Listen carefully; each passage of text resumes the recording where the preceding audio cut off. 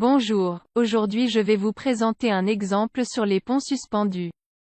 J'ai ces câbles verticaux que nous référons souvent comme bretelles ou câbles de bretelles. Leur rôle consiste simplement à transmettre la charge du pont jusqu'à ce câble principal.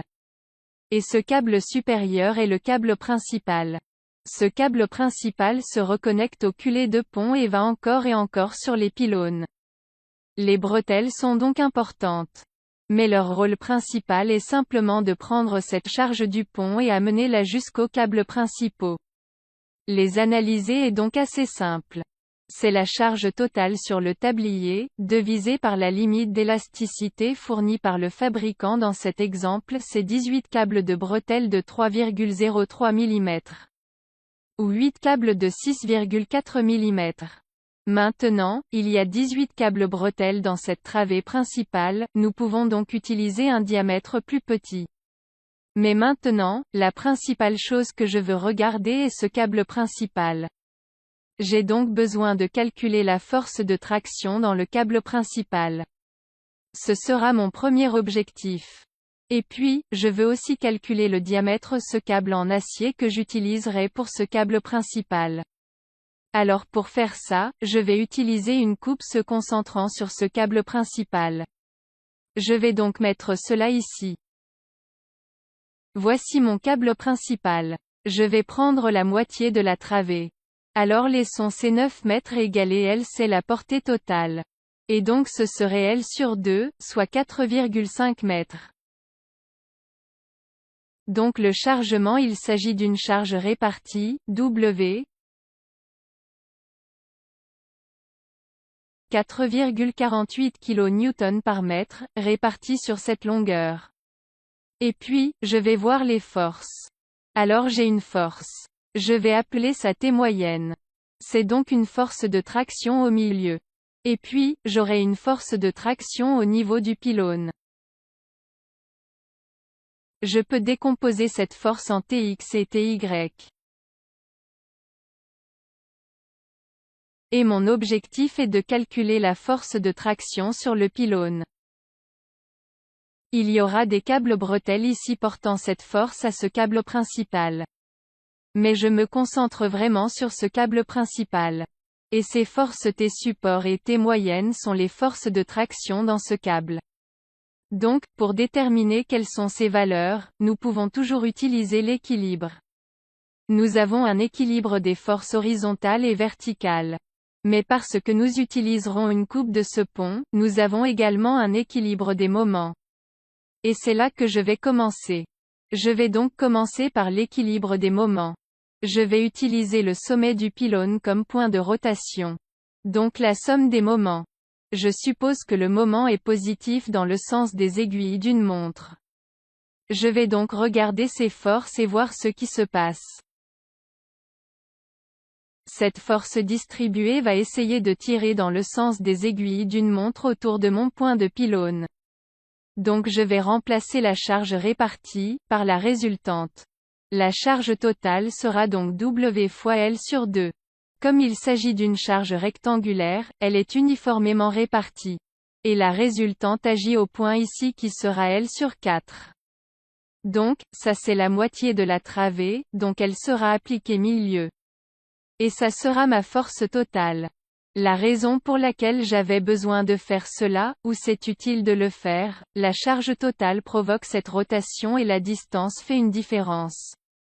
Le moment va donc être affecté par cette distance ou le bras de levier.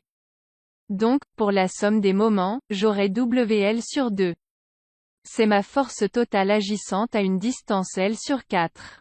Et c'est équilibré par ce T moyenne, qui est juste la force de traction au milieu. Et j'ai laissé la distance. Mais cette distance est un affaissement et est de 2 mètres. Et c'est important parce que c'est la distance ou le bras de levier du moment provoqué par T moyenne. Ce sera donc 2 mètres, que j'appelle souvent D, c'est juste un affaissement de mon pont suspendu. Et c'est quelque chose avec lequel nous jouerions en tant qu'ingénieurs, à quelle distance doit être la travée et combien d'affaissements devons-nous utiliser. En mettant la somme des moments égale à 0, je peux calculer cette force de traction. Donc, cette force de traction finira par être WL au carré sur 8D. Et cela va me permettre de calculer cette force de traction au milieu. Nous connaissons toutes ces valeurs. Nous connaissons donc la charge repartie, 4,48 kN par mètre. Nous connaissons la longueur. Et encore une fois, j'utilise 9 mètres comme longueur. Et c'est au carré sur 8. Et puis, ce D est l'affaissement. Et cela fait 2 mètres. Je peux calculer cette force de traction T au milieu, 22,7 kN. C'est donc la force de traction maximale au milieu. Il s'avère que la force de traction au niveau du pylône est plus élevée. Mais si nous utilisons l'équilibre des forces horizontales et verticales, nous pouvons résoudre cela.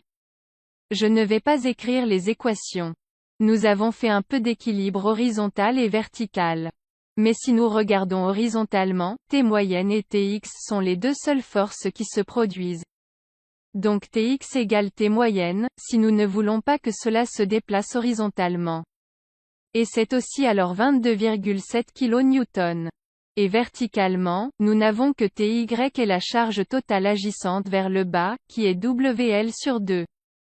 Cette valeur finit par être de 20,2 kN. C'est la composante verticale et horizontale de la force de traction au pylône. Si je veux la force de traction réelle au pylône, donc c'est la résultante, donc racine carrée Tx carré plus Ty carré. Et cette valeur finit par être de 30,4 kN. Il s'agit de la force de traction maximale dans le câble principal. Donc pour le dimensionnement j'utiliserai la force de traction maximale 30,4.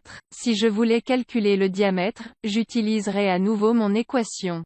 J'utiliserai une couleur différente pour que nous puissions la voir au milieu. Je peux calculer la contrainte dans le câble. Mais c'est la force sur la surface. Et assurer que cette valeur est inférieure à la contrainte admissible du câble.